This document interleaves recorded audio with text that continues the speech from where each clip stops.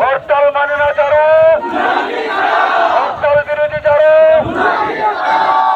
ভূমিকা পালন করে যারা, সংসদে যারা, গাজাবাসী বিচ্ছেদ, গাজাবাসী বিচ্ছেদ।